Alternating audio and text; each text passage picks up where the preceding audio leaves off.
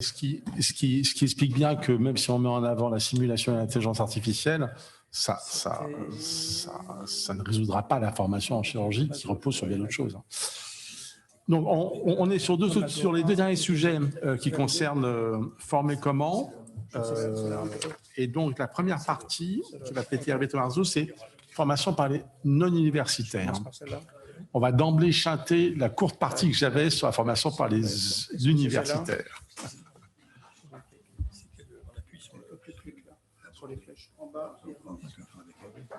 Bien, je vais essayer d'être rapide. Je crois qu'on devait finir à 17h30.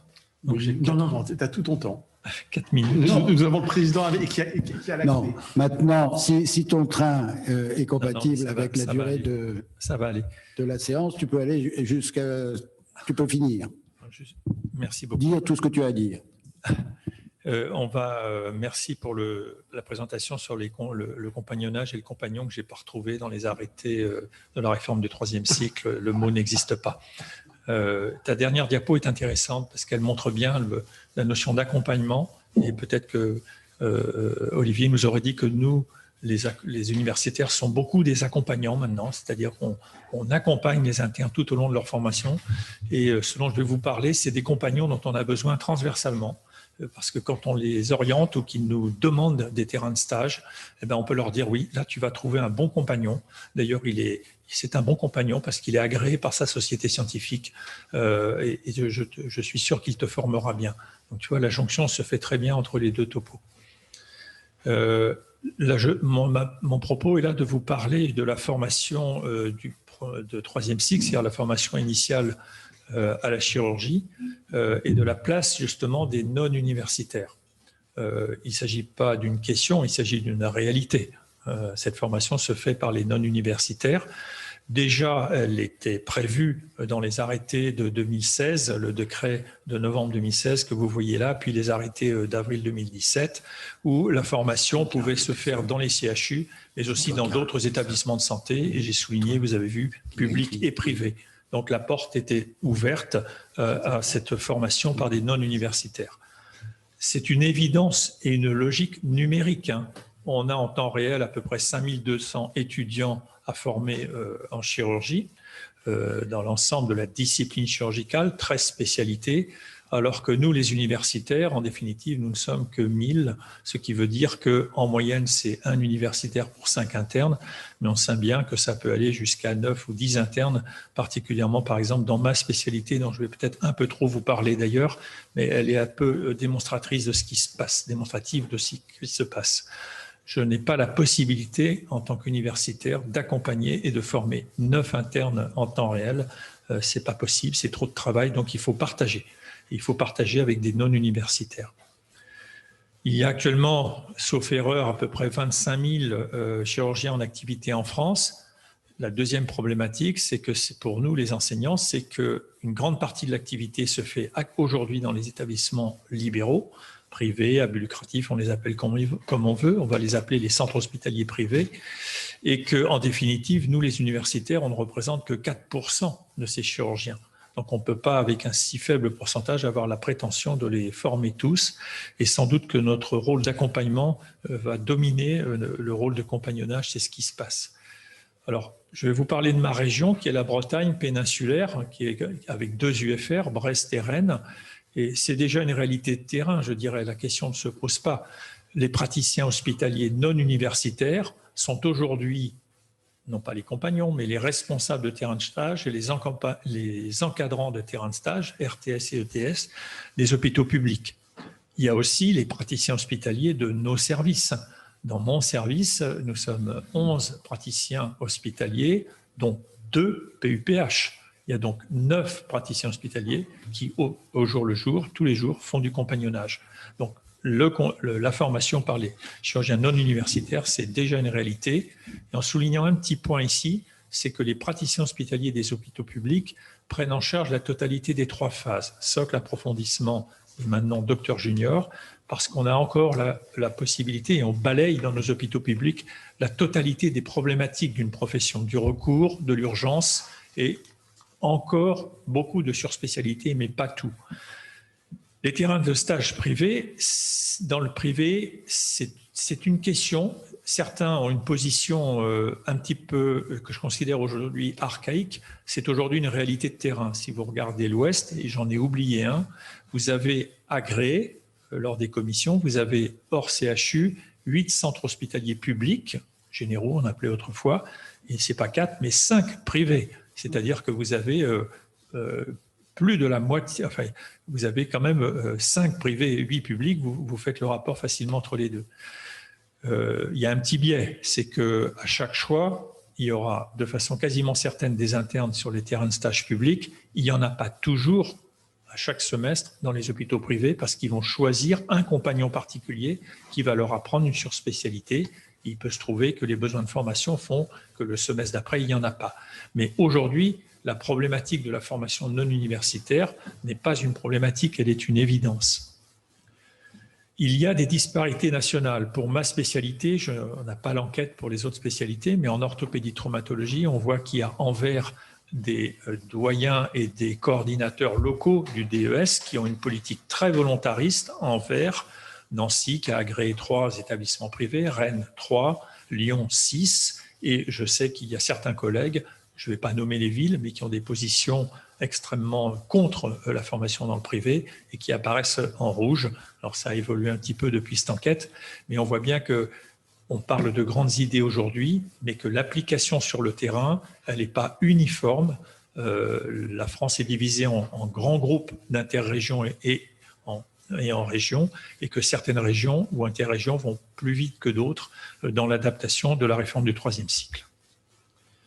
Alors la place des hôpitaux privés, c'est une tendance forte de demander au secteur libéral de participer à l'enseignement.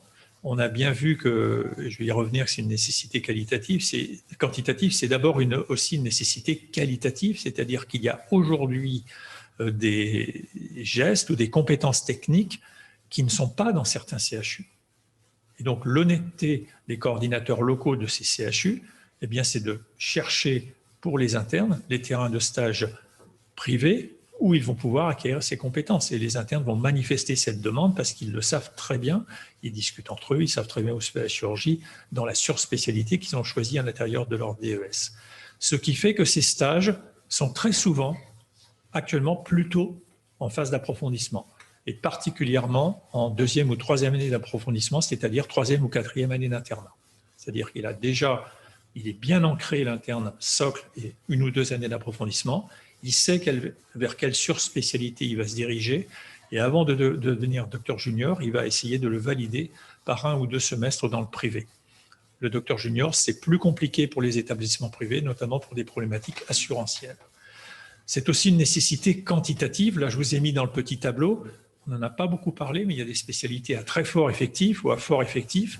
L'orthotraumato, c'est chaque promo rentrante, c'est 123 internes sur la France. L'ophtalmo, c'est 155. Pascal est parti, mais la gynéco-obstétrique, c'est 213.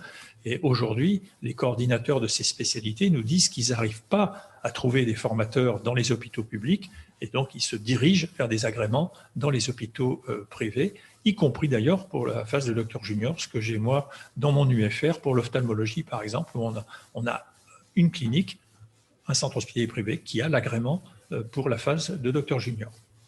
Je ne sais pas comment ils ont réglé le problème assurantiel.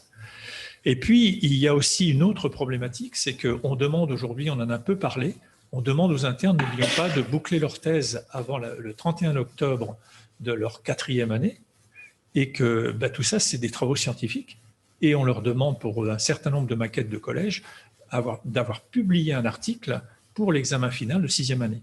Ça, c'est de la recherche clinique avec une compétition à la publication qui est compliquée, des comités de lecture qui sont de plus en plus exigeants. Eh bien, ils vont aller chercher l'endroit où il y a les gros volumes de patients. Et dans certaines spécialités, la mienne, les gros volumes de patients, ils sont clairement dans le privé. Et là, il y a des passerelles auxquelles il faut réfléchir. Aujourd'hui, je n'ai aucune vérité, j'ai surtout des pistes de réflexion. Et je ne peux pas être insensible au fait que des groupes, je vous en ai cité 2, Ramsay Santé et Vivalto Santé, ont créé des GCS de recherche clinique avec des ARC, avec des techniciens de recherche, et que pour ma part, à Rennes, j'ai une clinique du groupe Vivalto Santé face à moi et j'ai agréé la clinique et c'est pour les internes un endroit où ils font des publications réellement anglo-saxonnes, nord-américaines. Parce qu'il y a un compagnon qui est aussi un publiant et qui a une rigueur absolue et c'est pour eux une facilitation pour réaliser leur travail de recherche et de valider leur maquette. Donc, aujourd'hui, alors quel peut être l'intérêt réciproque pour l'étudiant, et ça va te faire plaisir, je vois que tu es encore là, Pierre, pour l'étudiant, aller dans le privé, c'est important, est-ce que je l'ai noté là? Oui, premièrement, c'est ce que je viens de vous expliquer, c'est-à-dire qu'il va aller apprendre ailleurs ce qu'il n'a pas dans son établissement. Quand j'ai dit tout à l'heure qu'il y avait un accompagnement, il y a un effet extrêmement positif de la réforme du 3e cycle, c'est qu'elle vous oblige à avoir des temps d'arrêt, des time-out pour discuter avec vos internes. Ça peut paraître basique, mais on ne l'avait pas avant. On ne prenait pas le temps de les convoquer un jour et de dire pendant une heure, on va discuter de ce que tu as fait, de si tu continues, de ce que tu veux faire et quelle coloration tu vas donner à ton internat. Et à chaque fois qu'on les rencontre, on a à remplir le contrat de formation personnelle professionnalisante. Au début, les collègues, quand j'étais président de collège, rigolaient quand on leur disait ça. Puis maintenant, on se rend compte que c'est un outil qui est intéressant parce qu'il oblige à réfléchir avec l'interne à ce qu'il veut faire, mais aussi à ses problèmes, éventuellement à des changements d'orientation, et que c'est ensuite un outil qu'on va partager avec ses autres compagnons. Parce qu'on va en parler à l'occasion des commissions locales, je vais vous en dire un mot à la fin. Et donc, on transmet à ce moment-là ce contrat aux collègues, ils le lisent, et quand ils accueillent l'interne, ils le connaissent déjà parce qu'ils savent quel contrat de formation il a, ils savent qu'ils viennent dans leur établissement ou dans leur service pour apprendre telle technique. Donc, oui, les internes ont intérêt, ça va même jusqu'à, je ne sais pas si j'ai le temps d'en parler, mais on a aujourd'hui des justifications de demande de stage hors région, ce qu'on appelait les interchus, payés par l'hôpital d'origine, le CHU, pour aller dans un établissement privé d'une autre région, apprendre une technique qu'on n'a pas au CHU. Donc on voit apparaître des choses qui sont bien loin d'un discours archaïque. Le public ne veut pas du privé et le privé ne veut pas du public. Il y apprend aussi des compétences juridiques et assurantielles, et ça je pense que tu as tout à fait raison Pierre, tu en as souvent parlé. Il est vrai qu'en public, on est protégé en responsabilité civile par notre établissement et donc on aborde peu ces questions et elles sont abordées lors des stages dans les établissements privés. Ils y apprennent aussi des modes organisationnels, c'est certain. On va plus vite, on est peut-être plus efficient. Alors quel est l'intérêt pour l'enseignant non universitaire? Dans le public, c'est que si son terrain de stage est agréé, qu'il fait de l'enseignement, il va être attractif, il va avoir un bénéfice parce qu'il aime enseigner, on peut l'imaginer, il aime être compagnon, mais aussi il va avoir régulièrement des internes. Et donc son service va mieux fonctionner. Donc il a un intérêt évident. Les lignes de garde sont remplies, etc. Pour le privé, c'est plus flou. Il y a en définitive assez peu, voire très peu, de chirurgiens privés qui ont une appétence à accueillir des internes avec ce que cela impose, le compagnonnage, le ralentissement au bloc et toutes ces sortes de choses. Mais il y a quand même une forme de reconnaissance vis-à-vis de l'environnement local, l'ARS, l'UFR, c'est-à-dire le doyen, leur propre société scientifique au travers des agréments. Les difficultés, je vais aller vite, c'est chronophage d'être compagnon. C'est difficile pour des chirurgiens du privé de se rendre compte et de rentrer dans la mécanique des campagnes d'agrément, puis des commissions d'agrément. Mais on est là pour vous aider, et je vais vous expliquer comment après, d'acquérir ce langage, cette novlangue administrative qui est assez extraordinaire, mais qu'on est bien obligé de faire avec. Tout à l'heure, on a parlé, les chirurgiens ont le sens du réel. Le réel, c'est qu'il y a 5200 étudiants, on est à la 5e génération de chirurgiens de la R3C, il faut bien s'occuper d'eux. Et aujourd'hui, on s'occupe d'eux avec cette novlangue et avec les tutelles qu'on a. Le risque médico-légal, c'est sûr, ça c'est un problème qu'il va bien falloir mettre sur la table à un moment donné auprès des instances, parce que si on a la possibilité d'ouvrir des stages dans le privé, il y a le problème de la responsabilité d'un chirurgien qui aide un interne dans le cadre de sa propre responsabilité civile. Je n'ai pas aujourd'hui eu de réponse très claire sur ce sujet, certains le font ou pas. Les limites, pour les U, certains universitaires une attitude que je pense archaïque. Il juge que le passage d'une partie de l'enseignement dans le privé ou le compagnonnage en privé, c'est un désaveu de leur État. Je pense que c'est une erreur de penser ça. Ils craignent également d'avoir une désertification de leur activité de recours. Pour leurs activités de recours, c'est un risque, mais on est là pour s'occuper de ça. Je vais vous expliquer comment. Pour les privés, il y a une sensation d'injustice qui m'a souvent été exprimée dans tout ce que j'ai pu vivre, de gens qui ne comprennent pas. Je suis très bon en chirurgie d'épaule ou de la hanche, je ne comprends pas pourquoi je ne peux pas avoir d'interne, que le professeur du CHU d'en face ne m'agrée pas alors que je suis prêt à les accueillir. Et donc c'est ça contre ça qu'il faut lutter. Alors voilà cette mécanique, je n'ai pas le temps de rentrer dans les détails techniques. Pour ceux qui sont universitaires, ils le connaissent. Pour ceux qui ne le sont pas, sachez qu'aujourd'hui, le pivot central, c'est le coordinateur local du diplôme d'études, qui est le diplôme de qualification universitaire que chaque interne aura au bout de la 6e année. C'est lui qui va recevoir les informations en haut à gauche de la coordination des collèges, dont Olivier est vice-président pour la chirurgie, qui va informer le collège et le collège va informer le coordinateur. À ce moment-là, le coordinateur va échanger avec tous les partenaires, ces autres universitaires, mais aussi tous les praticiens hospitaliers publics, les praticiens libéraux et bien entendu les internes. Là, je souligne le rôle capital des internes. Moi, je m'occupe de la coordination dans mon UFR de toutes les spécialités chirurgicales, donc les 13. Et j'ai un travail qui est à la fois productif, agréable, enrichissant avec les internes. Je ne le fais pas par démagogie, mais je le fais vraiment parce que c'est comme ça que ça se passe. Et je peux même dire que j'ai plus de facilité avec eux qu'avec certains autres coordinateurs universitaires. Mais ça, c'est un rôle. Et ça, c'est quelque chose qui n'existait pas avant. Et cette notion de coordination des vœux des internes a remplacé l'historique choix des internes. Les internes font des vœux qui correspondent à leur choix de maquette et de contrat, mais il n'y a plus le choix comme avant où on arrivait, on dit tiens, je vais prendre ça, je vais prendre ce qui reste. C'est fini, tu seras d'accord avec moi pour dire que tout est verrouillé, mais dans le bon sens du terme, dans l'intérêt de l'interne. Et puis j'ai mis à droite eh bien, tous les gens avec qui on doit discuter, le directeur du FR, c'est-à-dire le doyen, qui est au final le responsable actuel de la signature d'un diplôme d'études spécialisées. Donc c'est lui qui a l'autorité et c'est lui qui doit en principe trouver les financements pour tout ça. Le directeur de l'ARS pour les soins et les directions d'affaires médicales. Et tout ça, ça passe par une litanie de commissions.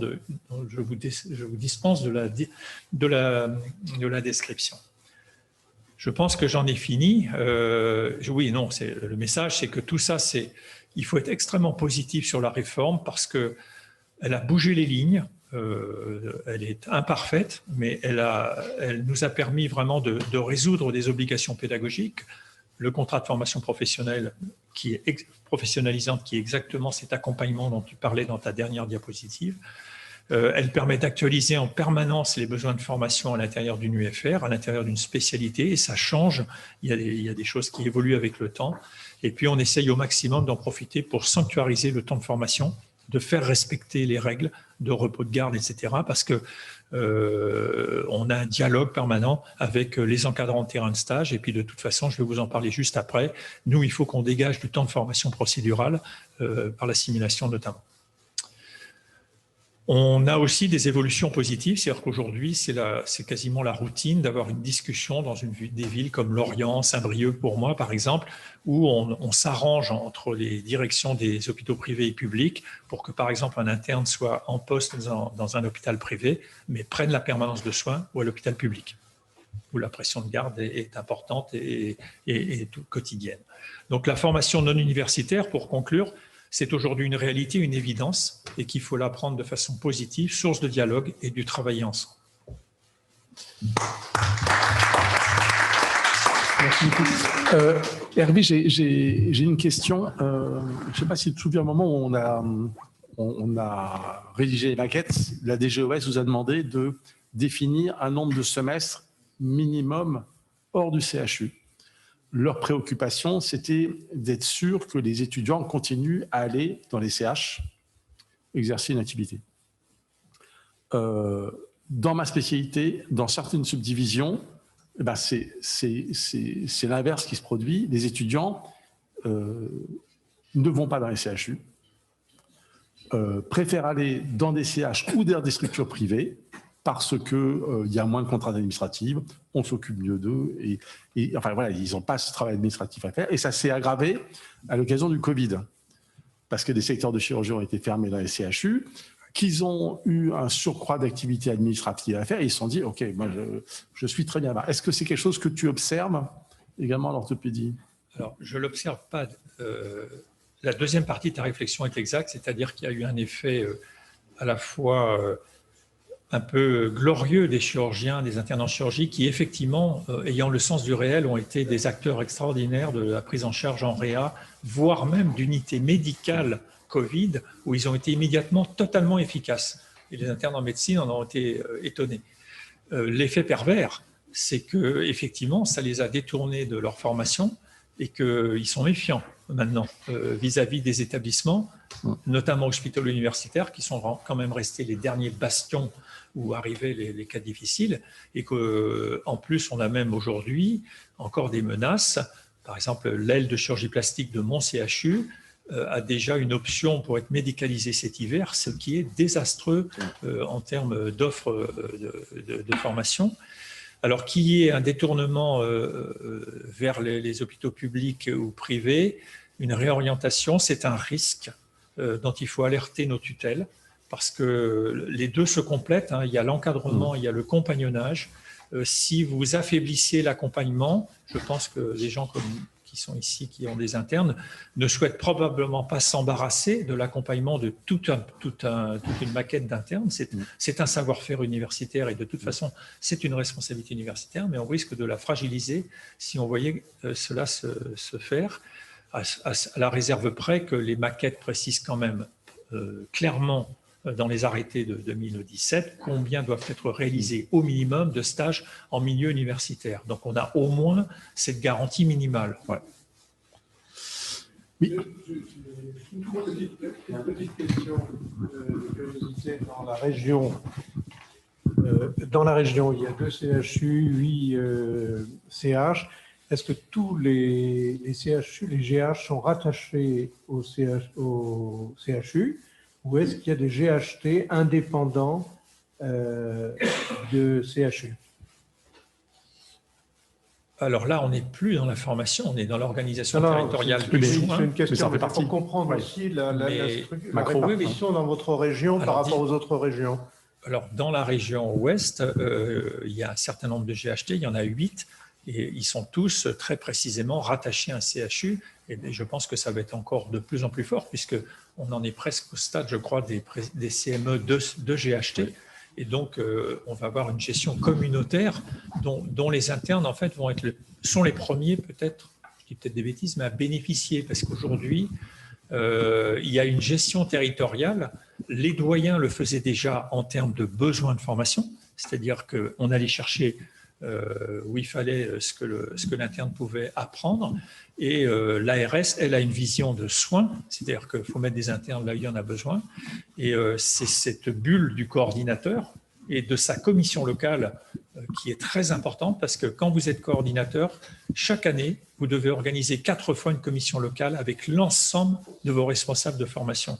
Et quand je disais c'est le travailler ensemble, c'est extrêmement positif. C'est-à-dire qu'on le fait par visio, ça dure 1 heure, 1 heure et demie, et on gère ensemble. Ça veut dire que des collègues qui ne s'étaient pas parlé depuis 25 ans se reparlent tout à coup. Ils sont les uns par rapport aux autres parce que simplement ils étaient pris chacun dans leur ligne. Et aujourd'hui, ils partagent quelque chose qui est la formation des internes. Quand on commence à parler ensemble, eh ben, on améliore. Ça crée des filières. François. Oui, non, j'apprécie tout à fait ce qu'Hervé Domezzo a présenté, parce que je suis totalement convaincu que c'est l'avenir. Et c'est l'avenir d'autant plus que si, au niveau des hôpitaux privés ou des hôpitaux publics non universitaires, on crée ces liens, ça résoudra peut-être un problème qui n'a pas été réglé par la réforme, qui est celui du post-internat, parce que le docteur junior, d'accord, mais on sait très bien que dans la plupart des spécialités chirurgicales, il y a besoin, et les gens de notre génération, on a tous fait plus que en termes d'assistants ou de faisant fonction de chef de clinique. Et ça va être indispensable, et notamment pour les hôpitaux publics. Or, actuellement, contrairement à ce qui était prévu, où les PADU, enfin les PAE devaient aller en diminuant, cette année, il va y avoir 3000 postes pour remplacer l'absence de gens dans les hôpitaux généraux, enfin dans les hôpitaux publics. Et donc, s'il y a des circuits qui sont organisés bien avant, ça permettra aussi à la fois de libérer des postes, puisque de toute façon, ils existent, mais ils ont un financement, ils ne sont pas pris, mais le financement, il est théoriquement là. Ça permettra d'améliorer encore la formation des chirurgiens et de régler ce problème entre les deux structures. Oui, le fonctionnement territorial permettra en partie de régler ce problème-là, mais on ne peut pas non plus mettre les gens en responsabilité sans être encadrés. Non, donc, ça rejoint l'idée qu'on avait proposée au départ, qui était de dire, il y a 6 années de DES, on impose une 7e année au nom du service public qui veut le faire privé après, etc. Et c'est une année, on l'avait appelée professionnalisante, et qui permettait d'alimenter les GHT. Bon, ça on n'a pas été... Non, à mon avis, il faut continuer parce que c'est indispensable. Elle a des chances de revenir d'elle-même. Je peux faire une petite réflexion. Je trouve ces discussions un peu hors sol. M'en voulez pas. Quand on se promène dans les hôpitaux français, on voit la moitié des chirurgiens sont des gens qui n'ont pas été formés par toutes ces filières d'excellence. Encore maintenant, il y a un maximum d'internes, de faisans fonction d'internes qui sont de la communauté européenne ou hors communauté européenne. Et donc, on a tout un système extrêmement performant là, qui est élaboré. Et en pratique, au moins le tiers des chirurgiens français qui seront installés ultérieurement ne sont pas du tout passés par ces filières-là. Et ça me frappe. Combien nous, on est structurés et sans structurer du tout un plan d'activité. C'est un sujet qui est abordé dans le rapport. Pour donner les chiffres, il y a 0,2% des médecins étrangers qui sont candidats à l'ECN qui finissent chirurgiens. D'accord ? Donc, 98,8% des gens formés en 3e cycle sont issus de faculté de médecine. Parmi ceux qui s'inscrivent au CNOM pour être médecin, il y en a 78% qui ont eu une formation de 3e cycle en France et 22% qui ont eu une formation hors France, parmi lesquels une partie européenne, une partie... Et c'est un sujet qui est mis en avant, il faut le dire, et ça a été dit tout à l'heure à propos des PAE chirurgicales versus... c'est sûr.